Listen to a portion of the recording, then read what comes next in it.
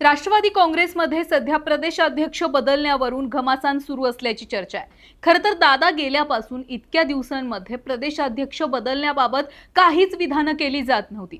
पण याच प्रदेशाध्यक्ष बदलण्याच्या चर्चेची सुरुवात झाली ती जनसुराज पक्षाच्या प्रशांत किशोर यांनी सुनेत्रा पवारांची भेट घेतल्यापासून। असं बोललं जातंय की प्रशांत किशोर यांनी पक्षाचे प्रदेशाध्यक्ष बदलण्याचा सल्ला सुनेत्रा पवारांना दिलाय। सोबतच पक्षामध्ये काय बदल करणं अपेक्षित आहे हे देखील किशोरांनी सुनेत्रा पवारांना सांगितलंय आणि याच सल्ल्यानंतर स्वतः तटकरेंनी सुद्धा प्रतिक्रिया दिली आहे। बरं, या सगळ्यामध्ये असंही बोललं जातंय की प्रदेशाध्यक्ष जर बदलले तर नवा प्रदेशाध्यक्ष पार्थ पवारांच्या मर्जीतलाच असणार आहे। एकंदरीत दादांच्या राष्ट्रवादीत सध्या नेमकं काय सुरू आहे, प्रशांत किशोर यांनी सुनेत्रा पवारांना काय सल्ला दिलाय आणि या सगळ्यामध्ये पवार विरुद्ध तटकरे शीतयुद्ध कसं सुरू झालंय हेच आजच्या व्हिडिओमध्ये सविस्तर पाहायचे। नमस्कार, व्हिडिओ शेवटपर्यंत नक्की पहा। बघा, काही दिवसांपूर्वी देवगिरी बंगल्यावर सुनेत्रा पवार, पार्थ पवार, जय पवार आणि प्रशांत किशोर यांच्यामध्ये 5 ते 6 तास बैठक झाली। प्रशांत किशोर यांच्या टीम मधले काही मेंबर सुद्धा या बैठकीमध्ये उपस्थित होते।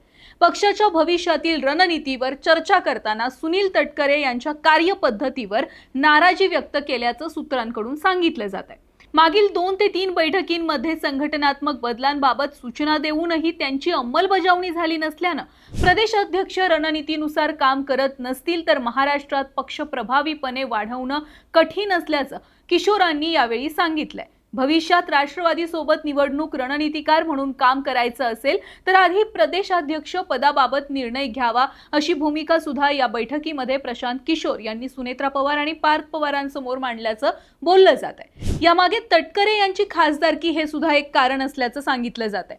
कारण बघा, खासदार म्हणून तटकरेंना बराच वेळ दिल्लीमध्ये द्यावा लागतो। यामुळे महाराष्ट्रभर फिरून पक्ष संघटनेवर लक्ष ठेवणं आणि जिल्हानिहाय आढावा बैठक घेणं कठीण होतं। महाराष्ट्रासारख्या मोठ्या राज्यासाठी प्रदेशाध्यक्ष हा पूर्ण वेळ पक्षाला देणारा असावा आणि त्याच्याकडे दुसरं कोणतंही घटनात्मक किंवा प्रशासकीय पद नसावं अशी भूमिका प्रशांत किशोर यांनी या बैठकीमध्ये मांडली आहे असं बोललं जात आहे। थोडक्यात प्रशांत किशोर असतील किंवा सुनेत्रा पवार, पार्थ पवार असतील यांचा तटकरे यांना विरोध नसून किंवा ठरवून विरोध नसून त्यामागे काही कारणं आहेत, तत्व आहेत आणि त्यामुळेच तटकरेंच्या प्रदेशाध्यक्ष पदाला किशोर यांच्याकडून विरोध केला जातोय। बघा, आता प्रशांत किशोर यांच्या याच सल्ल्यानंतर तटकरेंनी समाज माध्यमांमध्ये सांगितलंय की प्रशांत किशोर राष्ट्रवादी काँग्रेस पक्षासाठी काम करत असल्याची किंवा त्यांची पक्षाचे राजकीय सल्लागार म्हणून नियुक्ती झाल्याची कुठली सुद्धा माहिती आपल्याकडे नाहीये।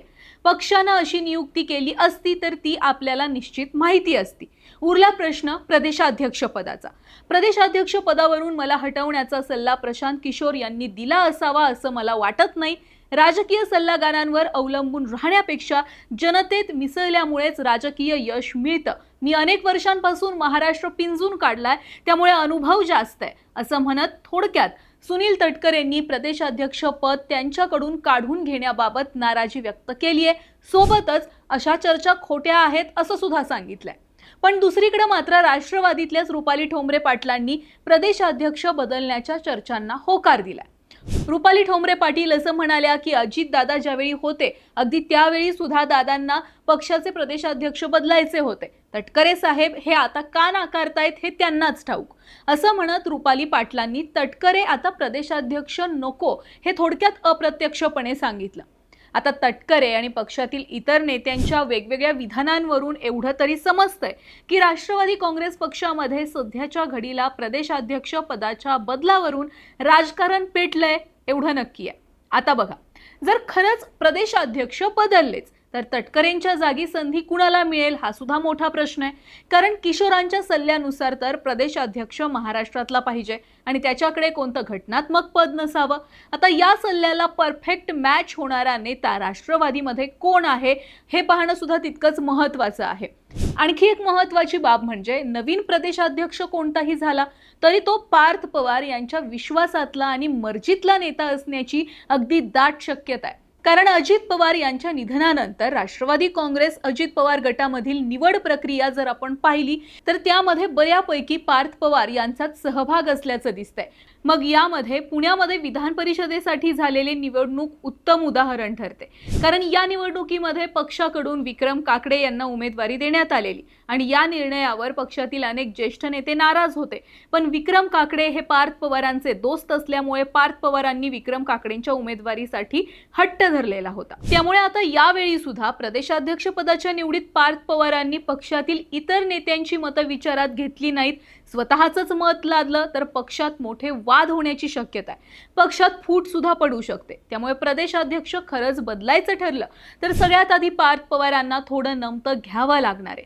नाहीतर अजितदादांनी कष्टानं उभा केलेला पक्ष हा तुकड्या तुकड्यामध्ये विभागला जाईल असं बोललं जात आहे. थोडक्यात काय, सध्या राष्ट्रवादीमध्ये प्रदेशाध्यक्ष बदलण्यावरून चर्चा सुरू आहे एवढं मात्र नक्की आहे. प्रशांत किशोर यांनी त्याबाबत सल्ला दिलाय हे सुद्धा नक्की आहे. फक्त आता प्रदेशाध्यक्ष म्हणून नेमकी कुणाची निवड केली जातीये आणि ही निवड कोण करतंय, स्वतः सुनेत्रा पवार करतायत, पार्थ पवार करतायत की पक्षातील सगळ्या वरिष्ठ नेत्यांच्या म्हणण्यानुसार निवड केली जातीये.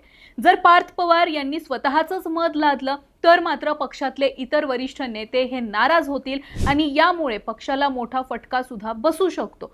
त्यामुळे आगामी काळामध्ये राष्ट्रवादीमध्ये नेमक्या काय हालचाली होणार आहे हे पाहणं महत्त्वाचं असणार आहे आणि सोबतच राष्ट्रवादी काँग्रेसला पुढच्या पंचवार्षिक निवडणुकीचा विचार करून सुद्धा आता नवा प्रदेशाध्यक्ष द्यावा लागणार आहे. त्यामुळे खरोखर सुनील तटकरे यांना प्रदेशाध्यक्ष पदावरून हलवून त्या जागी नवा प्रदेशाध्यक्ष दिला जातोय का हे पाहणं महत्त्वाचं आहे. तुम्हाला काय वाटतंय, राष्ट्रवादी काँग्रेस पक्षानं प्रदेशाध्यक्ष पदावर कोणता चेहरा किंवा कोणत्या नेत्याला बसवलं पाहिजे? तुमचं मत कमेंटमध्ये नक्की सांगा आणि ऑनलाईन नेत्याला फॉलो आणि सबस्क्राईब आठवणीने करा.